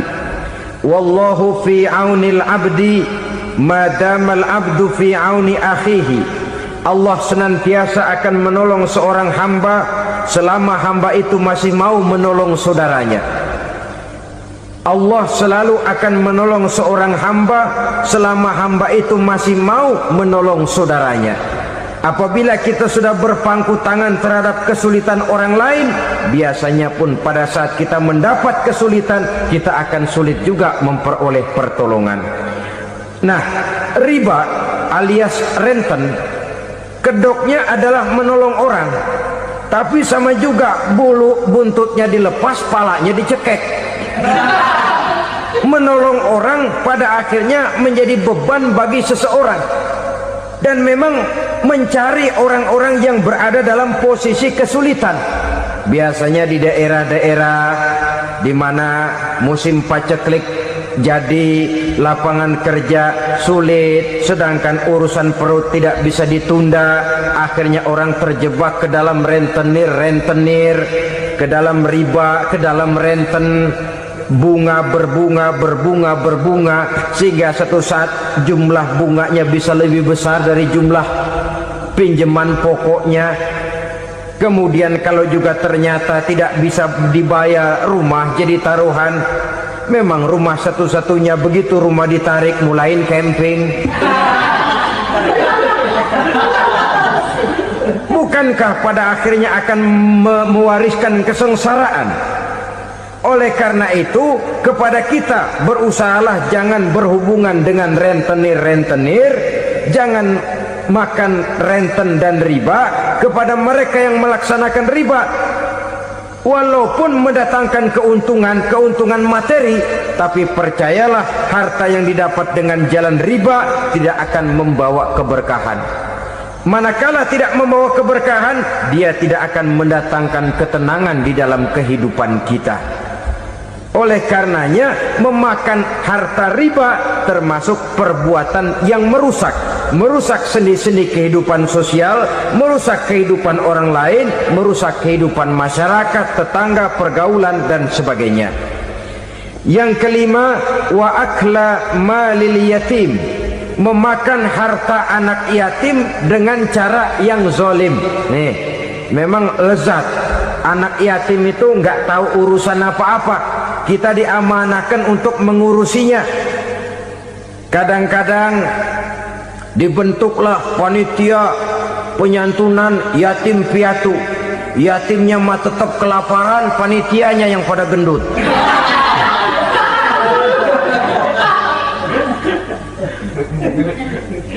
Padahal memakan harta anak yatim termasuk perbuatan dosa besar, dan menjantuni yatim merupakan perbuatan mulia. Nabi mengatakan, ana wa kafilul yatim kahataini yaumal qiyamah. Aku dan orang-orang yang menyantuni anak yatim seperti dua jari ini pada hari kiamat nanti. Dekat sekali. Jikalau ingin di hari akhir nanti dekat dengan Rasul, bersahabatlah dengan anak-anak yatim. Jadilah pengurus anak-anak yatim. Bangunlah panti-panti asuhan yatim. Pada saat bapak ibunya meninggal, kitalah yang menjadi orang tuanya. Bahkan sedemikian besar perhatian Islam terhadap anak-anak yatim ini, sehingga Quran memberikan peringatan, ara'aital ladzi yukadzibu bid-din fadzalikal ladzi yad'ul yatim wa la yahuddu ala ta'amil miskin. Tahukah kamu siapa orang yang mendustakan agama, beragama tapi dianggap dusta, salatnya dusta, puasanya dusta karena agamanya sudah berdusta. Siapa mereka? Fadzalikal ladzi yad'ul yatim, orang yang menyia-nyiakan anak yatim, wala yahuddu ala ta'amil miskin, dan tidak pernah memberi makan kepada orang-orang yang menderita kemiskinan. Menyia-nyiakan, meninggalkan anak yatim termasuk perbuatan yang divonis kita sebagai orang yang mendustakan agama. Saudara-saudara kaum muslimin rahimakumullah, maka sangat dicela mengeksploitir anak-anak yatim, menjadikan mereka sebagai kedok untuk mencari kekayaan pribadi. Tetapi jikalau ikhlas, ganjarannya sangat besar, nilai pahalanya sangat besar. Menyantuni yatim tidak hanya setahun sekali. Kalau Muharram pakai istilah lebaran yatim, dibentuklah panitia, diberilah beras, uang 45.000 rupiah, alhamdulillah. Tapi jangan lupa, si yatim tidak hidup cuma satu hari. Dia tidak hidup cuma di bulan Muharram saja, dia hidup 12 bulan dalam setahun. Sebagaimana anak-anak yang lain, dia juga berhak punya masa depan. Dia juga berhak menikmati bangku sekolah. Dia berhak mengenyam arti dan makna pendidikan. Dia berhak membekali diri dengan ilmu dan pengetahuan seperti halnya anak-anak yang lain. Maka kita yang diberikan keluasan oleh Allah, ingatlah itu, bersahabatlah dengan anak-anak yatim, santuni mereka. Perkara setahun sekali di bulan Muharram, alhamdulillah, itu bagus, bin Thayyib alias baik. Tapi tentu dan tentu sekali lagi, si yatim tidak hanya hidup di bulan Muharram. Dia hidup 12 bulan dalam setahun, 24 jam dan di dalam sehari. Oleh karenanya, menyia-nyiakan mereka pada saat posisi kita memang mampu akan memojokkan kita dalam satu posisi di mana kita dianggap sebagai orang yang mendustakan agama, memakan harta anak yatim dengan cara yang zolim. Bapaknya udah meninggal, kebunnya lebar, anaknya dikelecehin. Nah, dah kamu nggak usah pusing, nanti saya yang ngurus. Akhirnya bukan ngurus, nguras. Si yatim mungkin tidak tahu bahwa dia disia-siakan, haknya diambil, miliknya dizolimi. Tapi Allah yang akan membalasnya dengan seadil-adilnya. Maka makan harta anak yatim biasanya balasannya tokcer bin paten. Nggak banyak selang tempo itu, nggak percaya cobain dah. Nyobain aja kan nggak bayar, umpama. Memakan harta anak yatim dengan cara yang zolim, ganjarannya biasanya kontan. Kenapa? Ratapan si miskin, untayan air matanya, jeritan kepedihan hatinya, membuka pintu langit, permohonannya diijabah, getaran hatinya didengarkan oleh Allah. Maka balasannya biasanya kontan, spontan, tidak menunggu waktu terlalu lama. Itu di dunia, belum lagi di akhirat nanti. Bukankah dalam riwayat Mi'raj diceritakan Nabi melihat di neraka itu orang perutnya sebesar rumah. La haula wala quwata. Itu perut kayak rumah, bagaimana jalannya tuh orang? Dan memang gak jalan, diseret-seret oleh malaikat di neraka itu. Hancur perutnya, amburadul itu perut. Berantakan isinya, dibulatkan lagi, diseret lagi, hancur lagi, dibulatkan lagi. Sampai Nabi tanya, orang itu begitu berat siksanya kenapa ya Jibril? Itu Muhammad, waktu di dunia dulu rakus banget makan harta anak yatim. Begitu vonisnya, begitu menyedihkan nasibnya di akhirat. Tapi di dunia pun ketidakberkahan itu sudah membayangi kehidupannya. Oleh karena itu, kepada saudara-saudara yang mendapat titipan anak yatim, berbahagialah, karena semulia-mulia rumah adalah rumah yang di dalamnya ada anak yatim yang disantuni. Sehina-hina rumah adalah rumah di mana di dalamnya ada anak yatim yang disia-siakan. Begitu kata Nabi kita. Rumah yang paling mulia dalam pandangan Allah, rumah yang di dalamnya ada anak yatim yang disantuni. Rumah yang paling hina dalam pandangan Allah, rumah yang di dalamnya ada anak yatim yang nasibnya disia-siakan. Berbahagialah saudara apabila menjadi penyantun anak-anak yatim, pelindung mereka, sehingga mereka mempunyai masa depan sebagaimana anak-anak lainnya. Rasulullah sendiri sedemikian peka terhadap keadaan anak-anak yatim, karena beliau sendiri memang mengalami. Umur 6 bulan dalam kandungan ibu, beliau sudah ditinggalkan oleh ayahnya. Pada saat berusia 6 tahun, ibu sudah meninggal. Yatim piatu dalam usia di mana beliau sedang perlu belas kasih seorang ibu dan pengertian seorang bapak.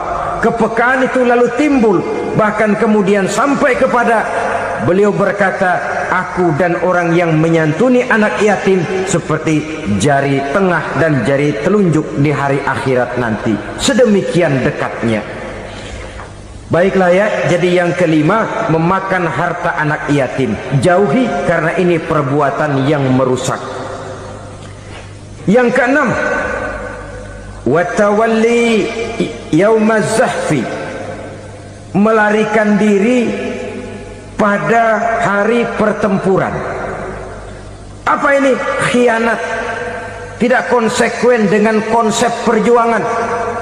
Pada mulanya keras benar teriak, berantas korupsi, ganyang korupsi, cuma karena belum dapat giliran. Begitu dia naik dapat kesempatan, korupsinya lebih edan dari yang diteriakinya. Ini termasuk tawalli yaumaz zahfi, berpaling pada hari peperangan. Di saat menghadapi musuh, kalau belum kelihatan musuh, teriaknya nyaring bener, jangan takut demi kebenaran sampai titik darah yang paling penghabisan. Musuh belum kelihatan. Begitu musuh sudah kelihatan, paling dulu lari ke belakang. Kalau diajak berjuang ada saja alasannya. Sehingga Quran memberikan peringatan kepada kita semua. Mengapa kamu ini berat? Kalau sudah diajak berjuang di jalan Allah, kakimu seperti terhunjam berakar di perut bumi. Berat untuk melangkah berjuang. Lari dari pertempuran tidak konsekuen dengan konsepsi perjuangan. Mau enaknya saja dalam kondisi yang sulit lalu berpangku tangan. Ini termasuk ciri munafik yang di dalam Al-Quran disindir dengan bahasa kullama adha'a lahum masyaufi wa iza azlama alaihim qamu. Waktu terang mereka jalan, giliran gelap mereka mandek. Artinya, maksudnya kalau giliran ada untungnya aja rame-rame teriak Islam, tapi begitu diminta berjuang, dituntut berkorban, rame-rame mundur. Waktu dilihat di Islam ada untungnya, rame-rame teriak Islam. Pak, saya Islam banget Pak. KTP saya Islam Pak. Pokoknya Islam banget dah. Tapi ketika diminta berjuang, dituntut sedikit berkorban, rame-rame mengundurkan diri.